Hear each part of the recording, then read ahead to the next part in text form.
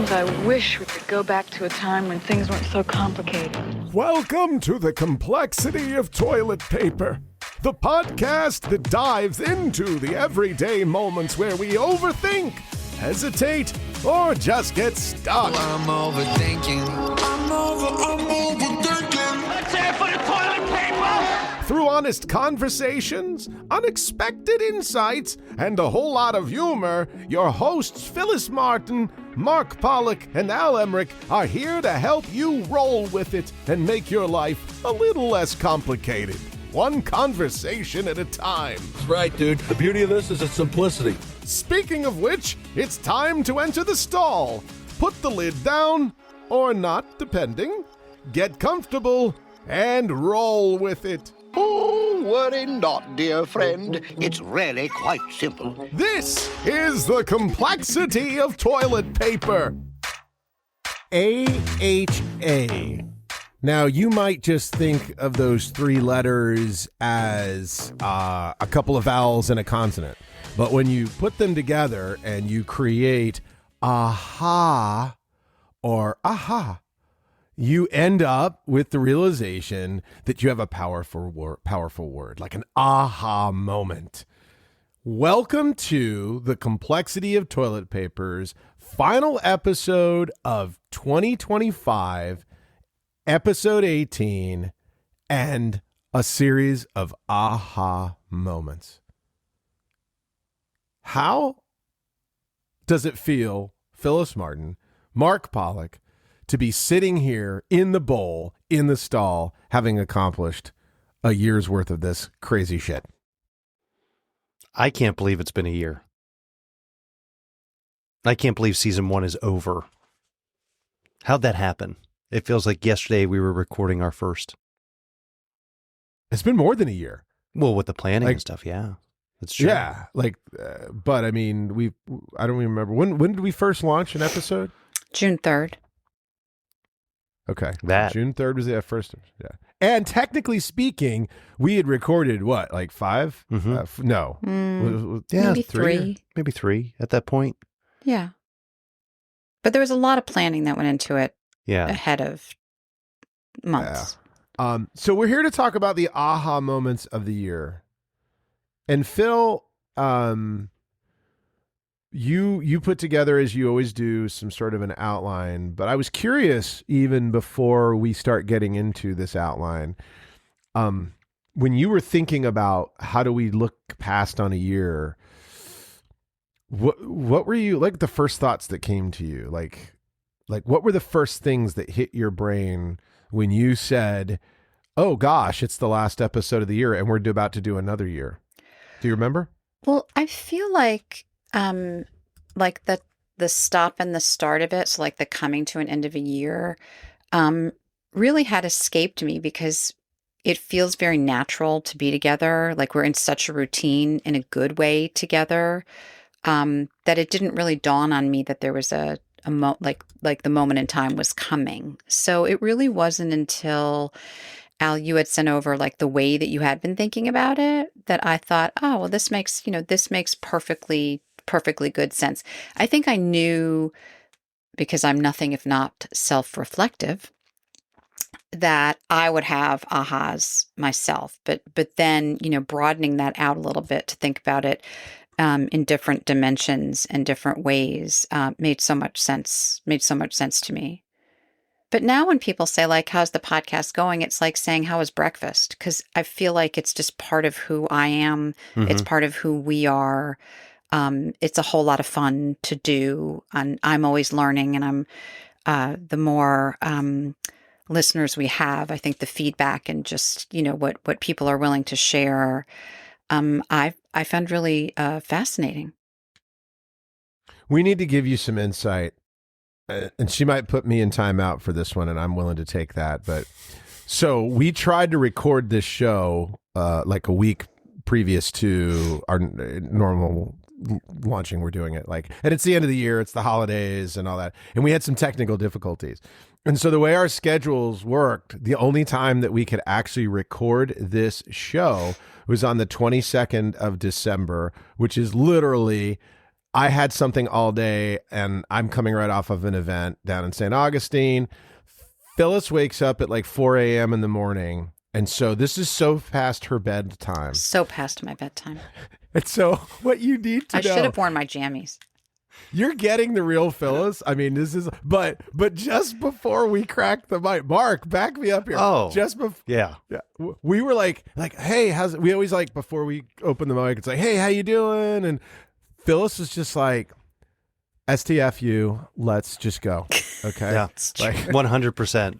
It was like, it's past my bedtime, hit record.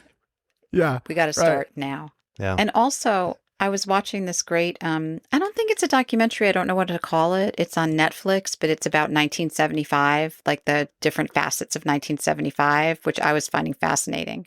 God, that sounds boring. No, what? What do you mean? What? Wow. You just shit on You go to 1975. timeout. You're out. Yeah. I never Never say scared? that to you either. It's always directed Phyllis, at Al. he's a Get out. kid. He's a child. Come on. What? Yeah. No. He's so much younger than us. What? Yeah, I wasn't born in, Oh I my wasn't alive in God. 1975. Like the movies from 1970. What? Is that true? That is Oh my true. God, is it true? Yeah, I was born in 1978. Wait a minute. Are you serious? Yeah, my 48th Oh, that's birthday is right. next month. Oh, No. Yeah. Thanks for caring, guys. No. Yeah. No. I knew you were. This was not about Carrie. This was about my terrible math because I just never. It's like one of those things. Like, of course he was around in 75, but you're right. Oh my gosh. Yeah, I'll be 48 Oh. in January. So What's happening here? I thought we were Phyllis? talk about aha moments. This is why I go to bed Here when it I go to is. bed. Here it is. Hey, baby. Here's hey, your screw sign. this. Screw all this format that we thought we were going to talk about. Let's just figure out what shit we haven't figured out in all the years we've known each other. Apparently, Mark's the age. fact that Mark is still in a manger is. I'm not that young, but thank you. I mean, I do wish I looked younger, but no, this is it. You look This is it. plenty young. Thanks. All right, so Phil, Young man. This Doesn't is even why sound right coming out of my mouth. This is why I don't tell anybody. Okay. that was very Dustin Hoffman and The Graduate, Phyllis. So, hey, welcome to the complexity of toilet paper. We just wanted to give you. We always try to be authentic. Not that we haven't been, but we thought we'd go a little bit even further behind to let you know that just a few minutes ago, approximately now 17 minutes and 13 seconds, Phyllis was throwing daggers, and now she is a ball of daisies and love and joy. There was some hate tossed my way for being my age, but that's cool. We can move on to the ahas. It's fine. I'll We get were over not it. hating. I'll We get were- over We it. were shocking. Shocking. We were Never shocking. hate. Shocking. All right. So What? I don't understand. What's happening here? welcome to the complexity of toilet paper, the rewind again of the introduction. I'm Al Emmerich, I'm Mark Pollock. I'm Phyllis Martin. and we have arrived at that point where we want to unpack just really what we've experienced this year, and let's first set the tone. Why we're doing this has nothing to do with just us, as in the three of us. It has to do with us, as in you. Whether you are listening for the first time or whether you're listening multiple times, we have guests who have shared wonderful things with us, learned wonderful things. We have learned wonderful things, and you've been alongside with us, participating. Many of you drop notes and comments on Facebook, videos, funny GIFs and memes. And so we decided to, the one thing we didn't want to do is to make this, hey, let's do the year in review. That's just kind of like that. Yeah. We were all going to have to use that voice. Phyllis, try it. Go. Use that voice. I just like fucking with it. Anyway, see if she would do it. Hey, let's do that year in review. That was pretty good. Okay, that sounds like Gollum was in prison. Okay. My precious. Let's do the year in review. Oh, now it's Kermit the Kermit. Frog. Yeah. Okay, these are more ahas, Who knew? folks. Who knew? Oh my God, this is Mark. This show is full of ahas, and we just got started. 10:02. We're 10:02 in, and we've gone from Phyllis the exorcist, to Phyllis, the righteous one, sharing her deep thoughts about the integrity of our show, to Kermit the Frog and Gollum. All in I mean, one. I think we're going to have to move our recordings to 8:00 every time now. Oh my I God, know. no. I'm going to have to take a nap midday if we're going to do wow. Listen, then I'll be I will. grumpy. I will take daggers if it means we get this. All right. So, joking aside, never. Welcome to this journey, and so we are here because we want to share what we've experienced with you, and our hope is that you appreciate this. We hope our guests are listening and they appreciate it. And so, like, speaking of guests, Phil, you why don't you start us off here? We wanted to look back at what we learned or some aha moments from our guests. And obviously there's a lot, but we pared it down to a few. So start the ball rolling. Yeah, so I actually did give this some thought, as you know I might. And I think for every guest, one of the biggest ahas for me, and like it's an aha and everyone's going to listen and go, yeah, big deal, but it's important, is the genuine humanity that each guest brought to the show, meaning their own humility, their own insecurities that they were very, very candid and transparent about, and their own unique voices without trepidation or fear. And I think I use the word humanity because I learned so much from listening to them and the grace with which they gave us to be in the stall with us and to ask questions and to go back and forth. And so I think my biggest aha was just, we really are all human beings trying to do the best we can on any given day. And from that aha really came, yes, I'm probably always going to be an overthinker to some degree. I question now more than ever the necessity of doing that. Like, is there really a necessity when we are all just doing the very best we can and beautiful things are happening because we and they are doing the very best that they can and are willing to share that? And that's our show, ladies and gentlemen. Wow. So That's incredible.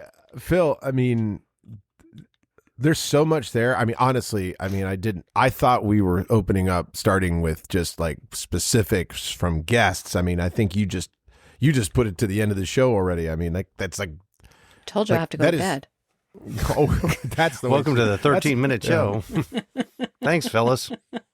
But I'll just jump on that, Phil, because I think that your identification, there was a part of me, and so much of this is because of where I was when we started the show, where I am now. This has been a year of a great deal of transition for those of you beyond Phyllis and Mark in the stall. A great deal of transition for me. I have moved. I've had relationship changes.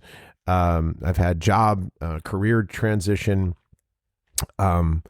Quite honestly, other than friends, my immediate family, my son, and the dear friendships, as I mentioned, in its own weird way, the complexity of toilet paper and value mapping have been my constants. And in some ways, the complexity of toilet paper and you two have been even the most constant, right? Because it's that thing we set out to do and we actually did it. But you said something that resonated loudly, and that was, I'll always be an overthinker. And there was a part of me that maybe, I think, didn't realize it until you just said this, but I think there was a part of me that was hoping that somehow this show was going to help me figure something out. Because it's like, oh, go to GSD, get shit done. So somehow I'm going to absorb this through osmosis, this insight, and I'm going to flip a switch. And I'm going to share some of those, but we're not going to stop overthinking. It's to the degree of which we think and what we overthink and what we ponder and how we approach it. So gosh, Phil, that's a real deep, powerful start to the show. Thank you for that. Yeah, thank you both. I mean, that I think is powerful. I would say that my biggest aha from our guests has been, though, action. So if you think about Tyler, if you think about Quinitha, if you think about Ron, and really everybody who's graced our microphones this year, it's been about action. So while we might overthink, there comes a point that we're going to have to do something with the thinking. And that was what resonated most across all of our guests, were the ones who talked about the action. There was fear, there was trepidation, there was consequences, but at the end of the day, they took an action. And where the fallacy of overthinking from our guest is that it just becomes the action itself. So overthinking becomes the action versus doing something that you just thought about. And that was kind of my takeaway from our guests this year. And that's right, Mark. I mean, that resonates with me a lot, and really, really well said. And I feel like that's what we've done as I've watched the three of us over the past year. That's what we did with the podcast, which we could have overthought for another 2 years before we did anything, but we did it. And then as each of us has faced some challenges, I mean, who doesn't face challenges in the course of a year, right? As we face those, we have been able to move to action. What I've learned from our guests, whether it's Quinitha or Ron or Lori or Mal or any guest that we've had, all of the guests, quite honestly, is that they gave themselves grace when they got to the action. They didn't dwell on, oh my God, it took me 4 months, or why did I, ask 37 questions and have to do all of these things. They just found ways to give themselves grace, and they did what they thought was the right thing to do in the moment that they were doing it. And then the rest of the story unfolded. And it's still a journey. Yeah. Go ahead, Al. Yeah, I'm actually reading, because I wrote down some notes because this was so important that I wanted to peg these. I wrote, blown away by how our framing of complexity was felt and experienced so universally, but in such different ways. The common thread that overthinking stems from some form of fear, being wrong, not accepted, not in control. And it ties back to understanding how much isn't in control in our lives. So all we have is our choices, and the acceptance of risk is ever present. And I mean, it's what you said, Phil. It's the each of these stories. And there's two I'm going to talk about specifically before we move on, but that universal, we're all in this together. We all are going to do a different version. We're all going to experience a different version of this. And it's like, I've had to ask myself this year, I didn't call it overthinking, but I said, why haven't you executed? And then one of my buddies said to me, he's like, Al, he's like, you did a marathon this year. I said, what?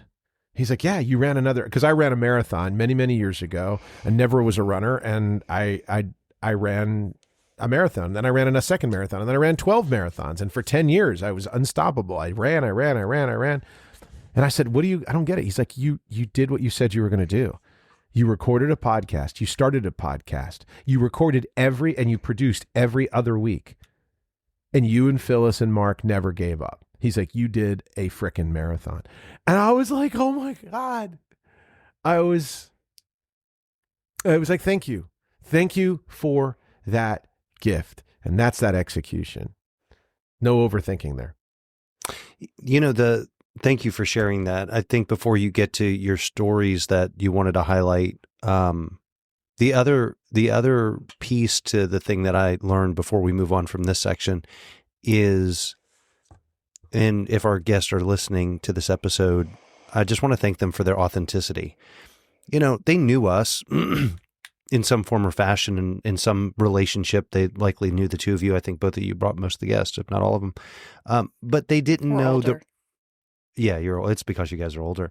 But they didn't know this podcast because it's new, like me. and young, Shiny. and shiny, like Sparkly. my forehead.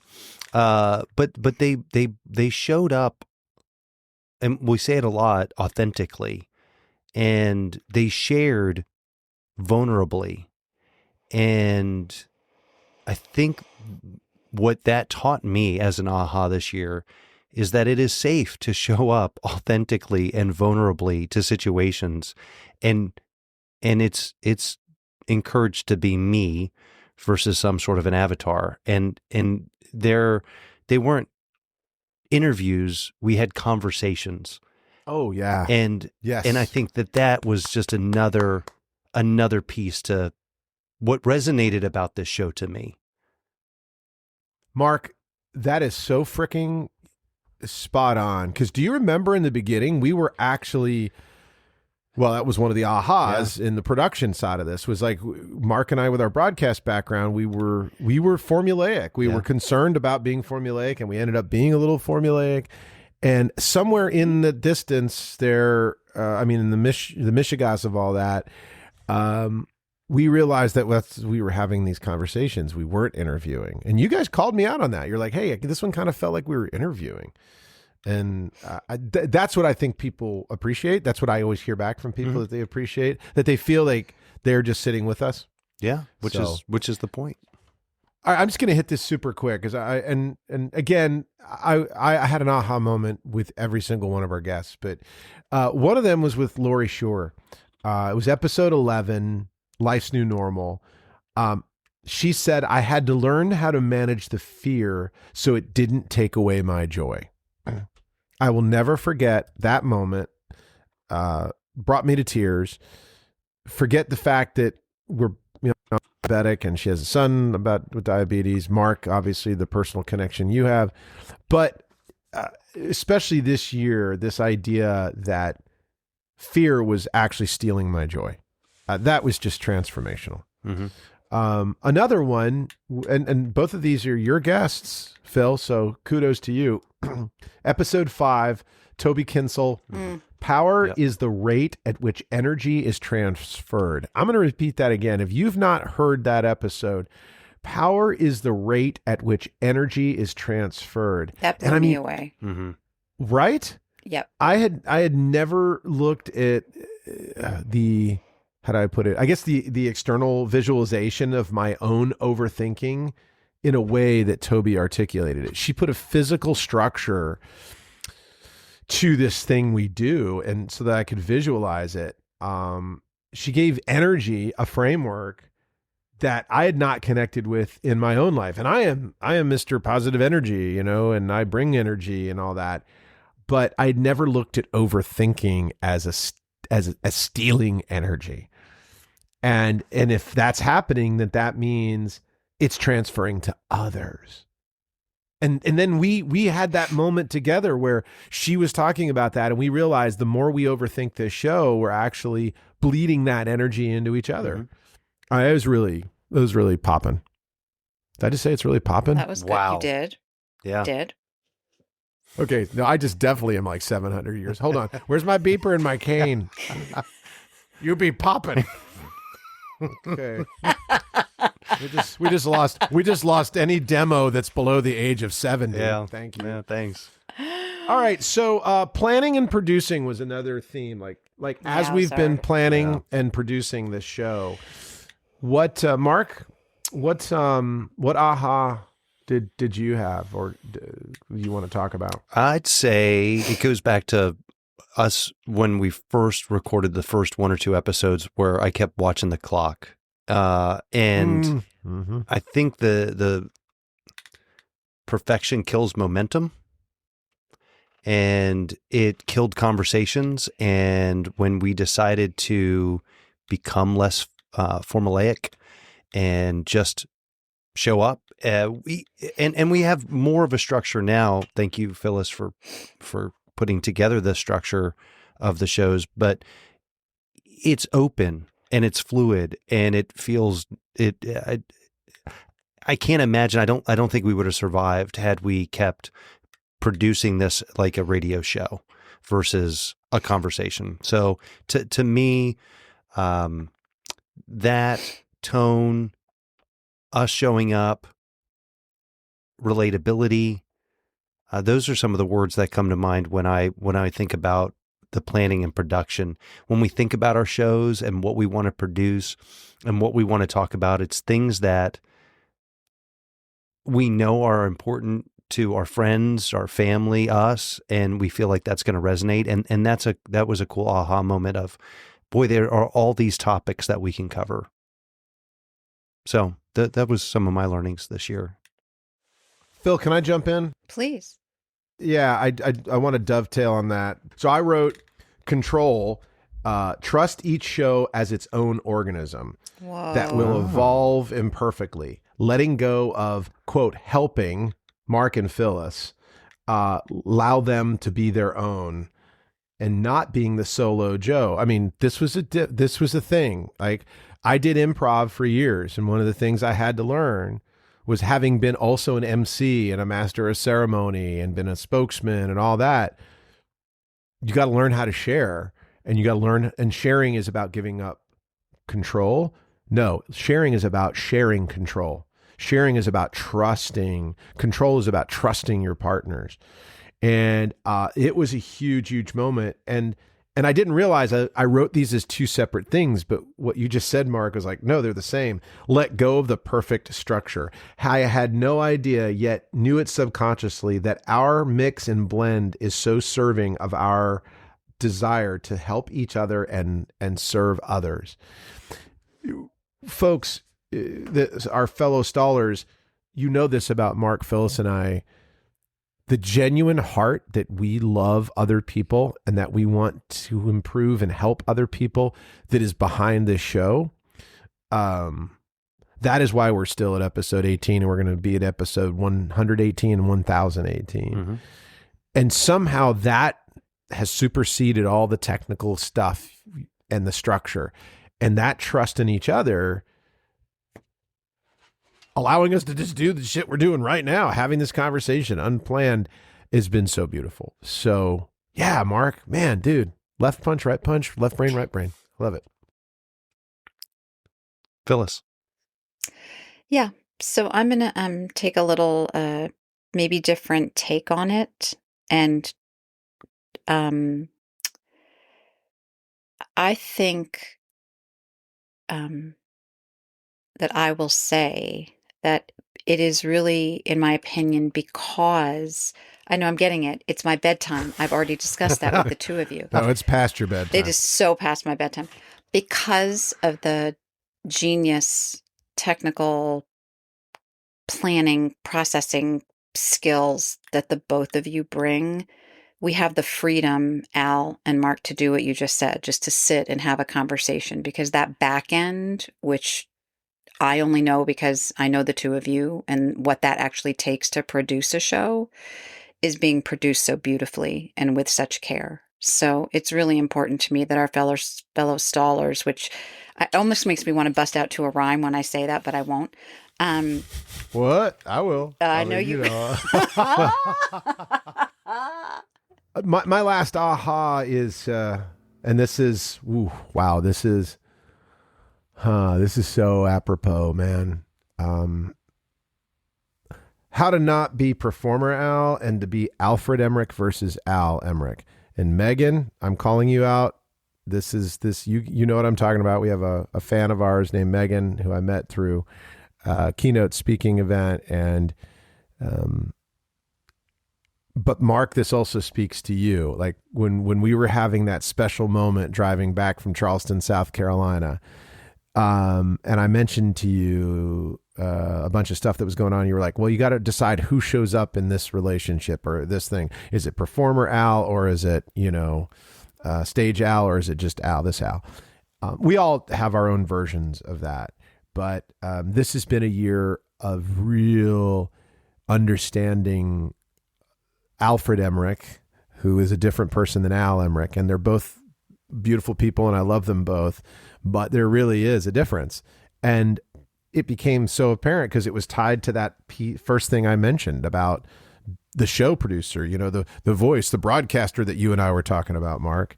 And not being the radio guy, but just being here. And I'm here because of you two, because you create that safe space. I would not have gotten there as comfortably, I think, believe it or not, as much as I spend time in my own brain and head and heart. You all allowed me to be those two people synonymously.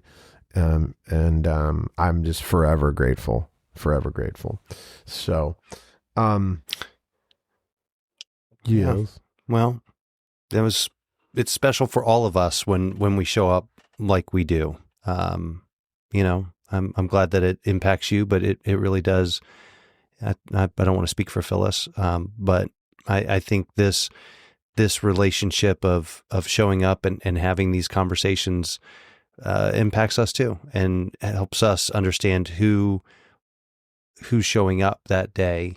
And you know, I think when I look at the shows and we go back and listen to them, you can see which one of us showed up and which version of us showed up that day and what was going on in our own lives. And I think that that's also another cool thing about the production piece was we didn't say, okay, it's production time, put on this character and go in and perform.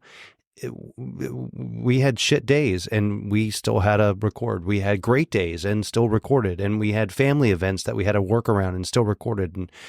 And that showed up differently in each show too. And I think that there's a beautiful piece to that, whatever you call that. There were shows that were recorded later than a person's bedtime, and they were completely psychotically biatchy in the beginning, and then they just miraculously flipped the switch and became this hug-a-bear. Right. I mean, miracles happen on this show. I mean, it really. Hey, it might be happening tonight. I see it. It just might be. And Al might not live through the night because Phyllis is going to drive to Jacksonville and murder him. So no. Yes. No, that'd take too long. She's going to be asleep. But I'm going to be Yeah, asleep really. like in whenever. But isn't like to what you both are saying, isn't it's like so lovely, this notion of being able to show up as we are and do this without overthinking it. That part does not get overcomplicated or complex. And to me, that's been one of the biggest gifts of doing this because it has allowed me to show up here in that way. And it's also allowed me to show up in other places just as I am without real care or concern. Period. Exclamation point. Mic drop. Yeah. Speaking of mic drops, Yeah. one of the other things we wanted to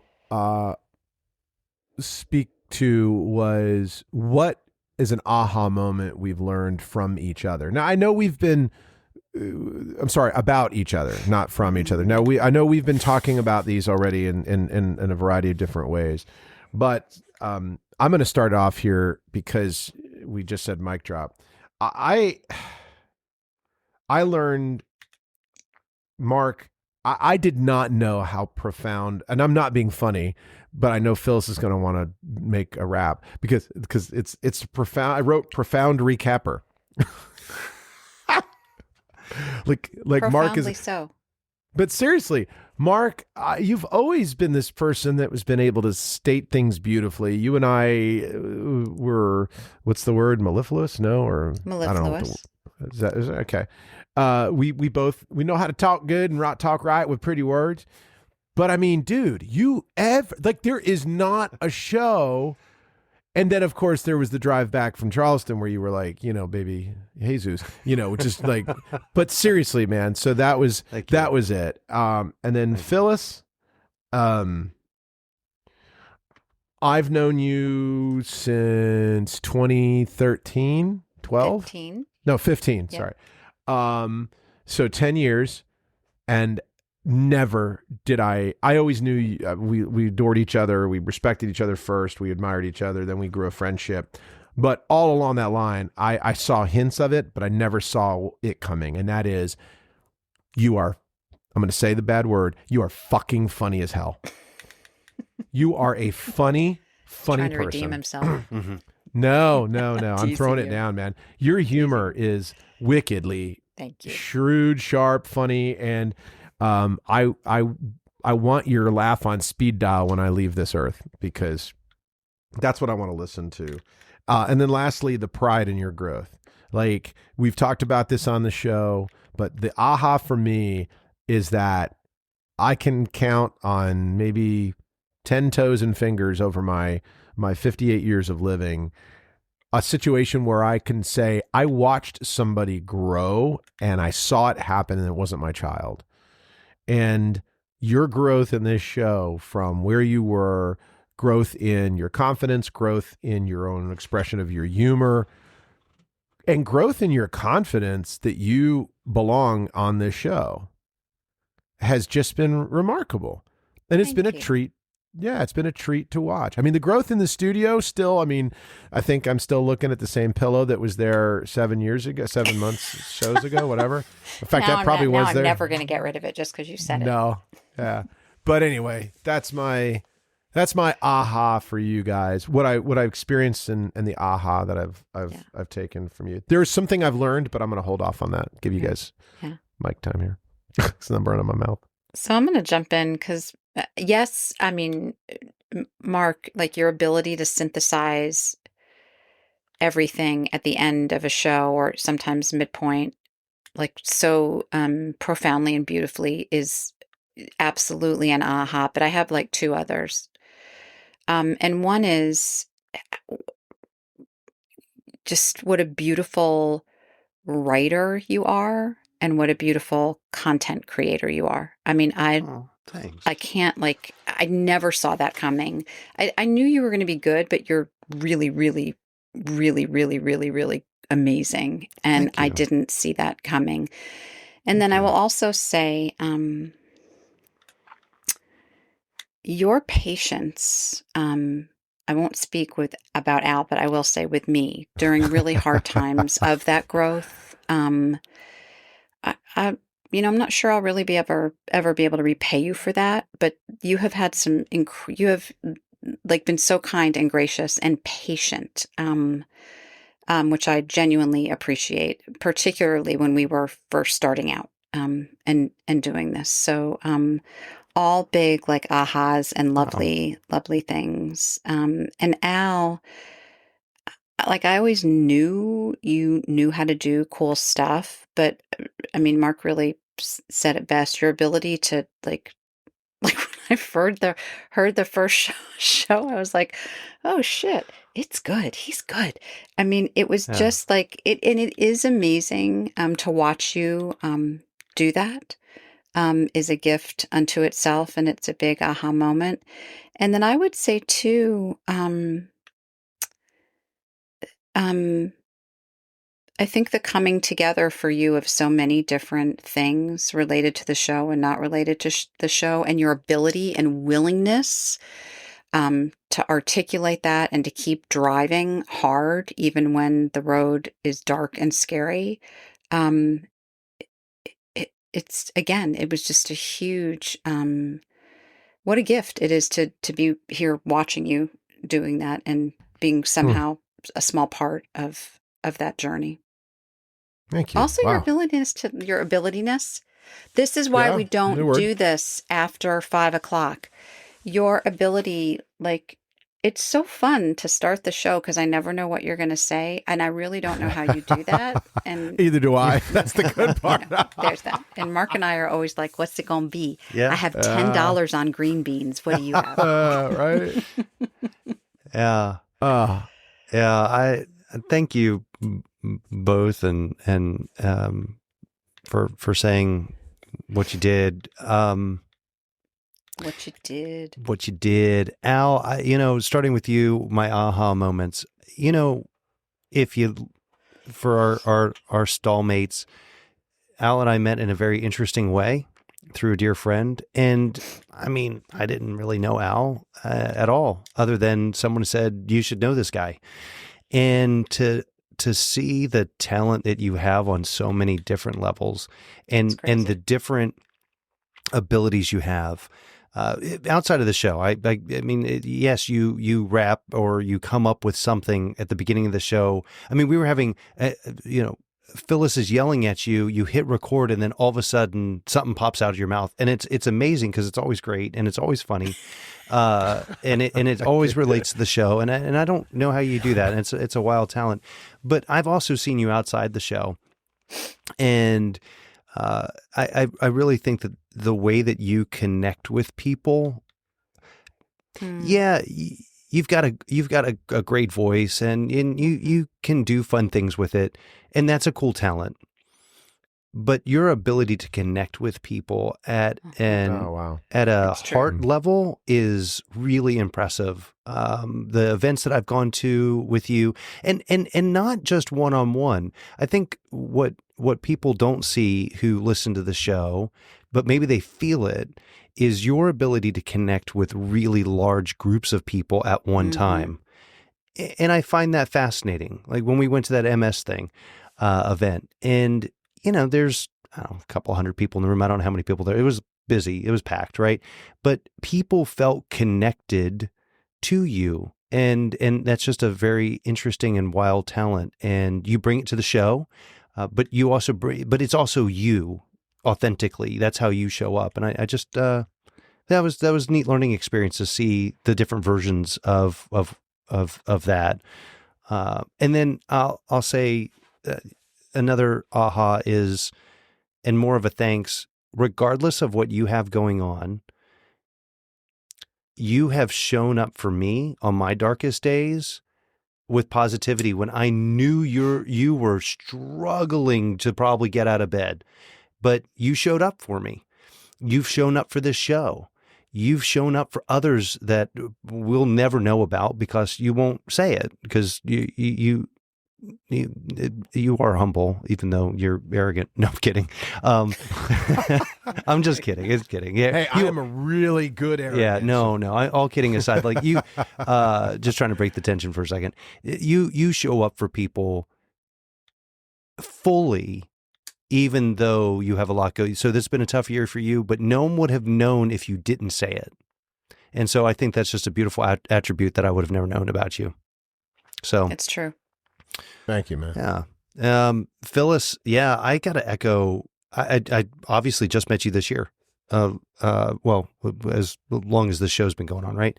And all I knew from you was that Al said that you were a person I should know. And the conversations that we've had, the laughter that we've shared, I didn't know you were funny, but you are, but just also brilliant. Like the way that you think of situations, the way that you think up questions, the way that you connect those questions to the guests that we have and get them to share. That's you.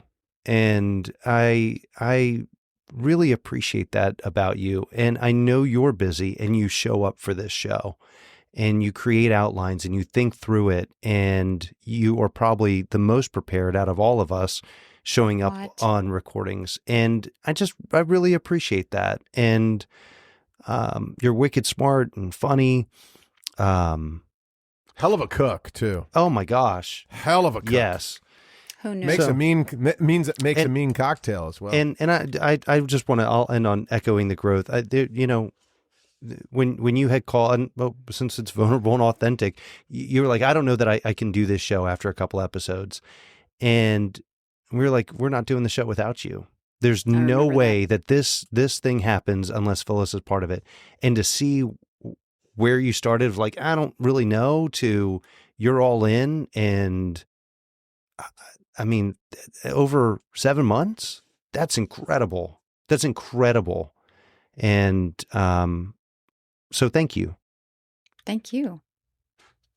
So we've got one more big kind of like, we'll call it, for lack of a better word, dramatic, emotional, whatever, self-revealing. But before we do that, to close out our show, and Phyllis and Mark do not know that I'm going here with this. So we would be remiss if we were to bypass the opportunity for the final time of the year to step into the stall for the roll-up. I knew you were going to say that. That's right. This is the deep questions, ladies and gentlemen. These are the things that the world wants to know. NASA calls me on a regular basis. The FBI. I've been contacted by Sweden. I've been contacted by the Wine Growers Association. And just 3 months ago, the Electric Landline Association that still runs landlines for phone calls, they called me because they wanted to know if they could step into the stall to answer these questions. But I said, no, sorry. This is relegated this episode for Phyllis and Mark and maybe I. So here we go. My first question is the following. You are stuck in the stall with all of our folks who have ever been on Facebook, that have ever commented, told you that they like the show, whatever. Anybody that's not been a guest, you are stuck in the stall. And the only way out of the stall is to thank them for one thing. And then you can get out of the stall and go on and live your life. Roll this toilet paper, flush away, whatever you want to do. Well, I'll repeat once again. You're stuck in the stall with all of our fans that have ever interacted with us, whether it's through social or just, hey, I listened to the show, blah, blah, blah. Yep. And you get to thank them collectively for one thing. What would that one thing be? Do we have to name the person? Should we name the person? Oh, if you have a person, great. Yeah. And it can either be an individual, it can be the collective. Well, I don't want to leave anybody out, but I do have an individual. So Valerie listens to every episode. The moment we launch it, and I get a text message, hey, I'm walking and listening to the episode. So immediately as it gets released, she listens. Wow. Yeah. Amazing. So thank you, Valerie. Thank you, Valerie. And she is a super fan. She's pretty awesome. She shoots it straight. Yep. She's given us feedback. She's, so. Good. All right, Valerie, it is. All right, Phil, you want to go or you want me to go? What do you want to do? I don't know. I think I'm just going to say what came to mind when you first asked the question, and imagine that I would do that. Just imagine. And I think it's the gift of time, because everybody's busy doing a million things, yet people take the time to listen, to offer feedback, to call one of us and say something, to put it on Facebook, to send a quick text. And that's really cool. And I'm very grateful. I'm very grateful for that. I have a great time doing this. But I'm reminded of why we wanted to do this. And so, I'll just leave it at that. That is so cool. So I was at a Christmas party the other night. Angelo, if you're listening, thank you. He was walking out to the car. He's like, yeah, it takes me 50 minutes or so to get to work. And that's one episode. He's like, I'm racing through all of them. I mean, how awesome is that? So thank you to everybody who's out there and spending time with us in the stall, whether it's on breaks, on drives, while you're in the bathroom. But yeah, we don't want to know about that, but that'd be great. Thank you. Actually, I have this collective vision. I think this would be cool. If we all listen in the bathroom? Well, not just that. I want us, I'm casting forward a vision of the future where we have this big complexity of toilet paper fan experience, and everybody, we've got like the seats that people are sitting in the audience are little potty seats. Oh, we will at some point. We will. And everybody has their own little roll of toilet paper. Yeah. Cushioned and heated. Yeah, cushioned. Well, that's a big budget. We need to make some money. All right, Al, it's your turn. Okay, so I have an individual and I have a collective. The individual is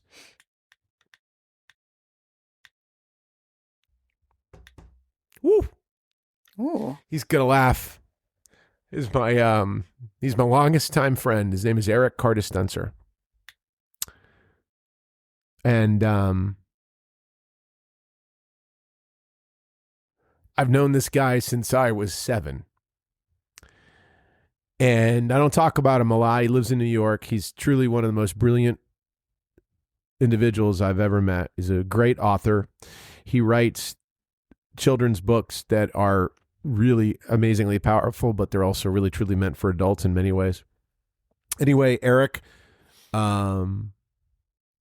said something so simple. He said, Alfie, yes, he calls me Alfie. He's the only person that gets to call me Alfie. He said, Alfie, he's like, Not I finally, anymore. yeah, I know, right?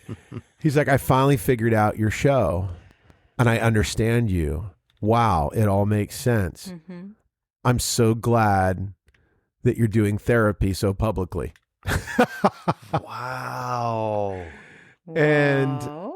it was a version of that. The fact that my childhood buddy is such a fan and gets it to the point, and I'm actually going to post this picture. This is what I didn't send you guys today in the text. I'm going to send you. He was at a bar, and the person gave him a shot in a toilet. It was like a little mini toilet. It's like a little mini toilet shot glass. And he sent me the video. Yeah, I will send it to you.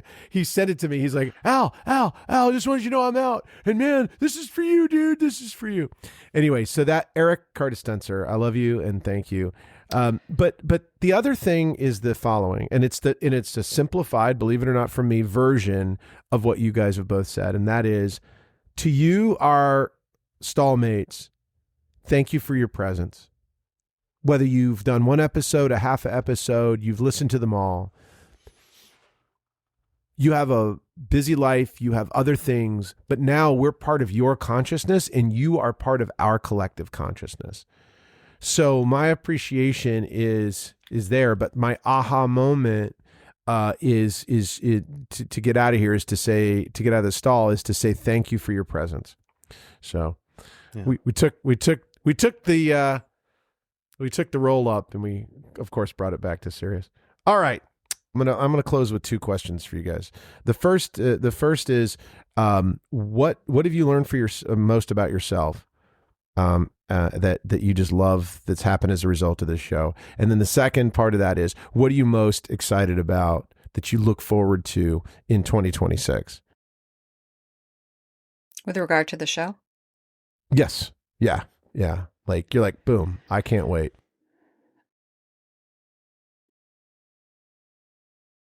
You can tell that they did not know this was coming. What did I learn about? And I love that. So I'll start because now I'm just losing sleep. Not going to get it back. Keeps asking questions. The first question, I feel like I feel comfortable with the answer was in the way I've been answering all of the questions. Like, what did I learn about myself? And I feel like I've talked about that. I'm super excited about 2026. One, with some of the show topics that we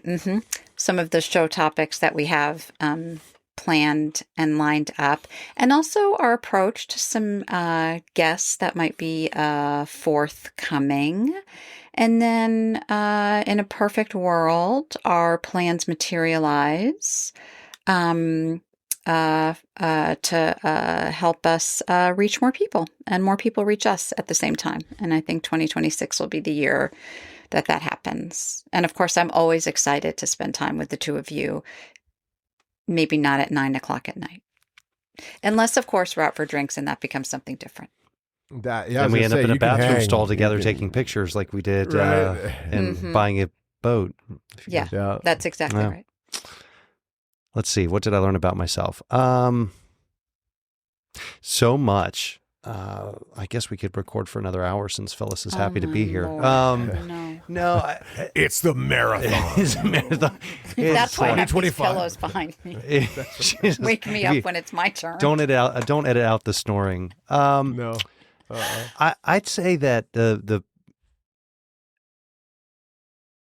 how do I say it's progress in this show has just gotten better because we've been consistent at it. And I think what I've learned is that we didn't have to show up perfect in day one. We just had to show up. And here we are going into season 2. What I'm excited about for 2026 is that opportunity to continue to show up, to fight through whatever we're fighting through, to get this show done and produced, and more episodes and more guests and more thoughtful approach to the things that we overthink and overcomplexify in life, and we stay true to our mission. And that what's ever resonated with these fellow stallers that we have continues to resonate, and that it resonates so much that they want to share with their friend network. And we do reach more people with the message of simplicity. Well said. Wow. My big aha for me is permission to say I can't and not fear letting you down and you leaving. Yeah. That was huge, not letting people down that I care about, that I love. Yeah, if you're a therapist, you can call me later, but I got a good one already. And then the other aha has just been that Al is enough. Meaning Al or Alfred is enough. No, don't have to be the performer. Just doing this, being us on a public forum is enough. And it's freed me up in my writing. It's freed me up in my keynotes. It's freed me up in so many other places that you guys alluded to. So what I'm looking forward to most is the same thing you guys are. Obviously, specifically, I'm really looking forward to the new guests. I think we're gonna we have a much sharper edge as each show goes on as to what we want to focus on. We're gonna have topics ranging from talking about the complexity of bourbon and wine to music. We're gonna go deeper into the whole overthinking and the fear piece. We've got we know a lot, and we're going to also, I'm looking forward to engaging in a different level, both hopefully in person as well as through our social, with you, our stallmates who listen to this. And so I'd like us to close the show with some shout outs. First of all, we would be remiss if we didn't mention all of these people. And these are all the guests we've had on the show this year. Our fourth episode, Maul Jones, Florida's first hip hop artist. Thank you, Maul, for being literally our first guest in the stall that actually got produced, because our early episodes was just us. Thank you, Toby Kinsel, who, episode 5, all of our energy that you so freely helped us release and talk about. Quinetha Frazier, who just brought this beautiful conversation, not once, but twice. I wish we would have aired part of the very first show. It was so amazing. But the second version was about her illuminating career as an entrepreneur. So Quinetha Frazier. Gene Goldman, your journey from successful advertising executive to finding joy in life's journey. Thank you. Also along the way, we obviously had a number of shows that we did ourselves, but we're thanking our guests, and that includes Lori Shure, who I already referenced. Episode 11, Season 1, back on September 23rd, sharing life's new normal. Make sure you check out her book, Lori Shure. Great book. Tyler Schultz, Blood, Lies, and Toilet Paper, Episode 13, October 21st. Tyler's story really takes the hard decisions in life about values and what matters to you and makes them very, very simple. So thank you, Tyler Schultz, for being just one of our guests who stepped into the stall. Ron Benzeev, back early December. Ron was actually the very first person we recorded. All right. We recorded with Ron long before we actually went to production, and he had a great show, but we were all over the place. And we asked him, would you come back again? And this time we want to talk about the focus of entrepreneurship from a different direction than we had discussed with Quinetha. And Ron was there. And so to all of you, thank you for being our guests. Thank you for stepping into the stall. Around the horn, final note of thanks before we wrap this in the next 60 seconds or so, Mark? I can't put it down to one. I hope everybody has enjoyed the show this year, and we hope that you come back for season 2 starting in January. So thank you. Phil? Ditto, and just sincere thank you. Awesome. I will say the thing that we always say when we come to the conclusion of this. Please, if you would, share with all of your friends. We're on Facebook, we're on LinkedIn, we have our YouTube page, right, Mark? We do. Okay, we're not blowing that stuff up yet, but we have the Instagram. We will have Instagram too, and all that things. But right now it's mainly LinkedIn, YouTube. Invite other people into the stall. Make it a New Year's resolution. Give the gift of simplicity, And always remember, when you sit in the stall, there's only one place to call. This is the complexity of toilet paper. Did you say toilet paper? Everything complicated. One big medieval mess. I'm overthinking. I'm overthinking.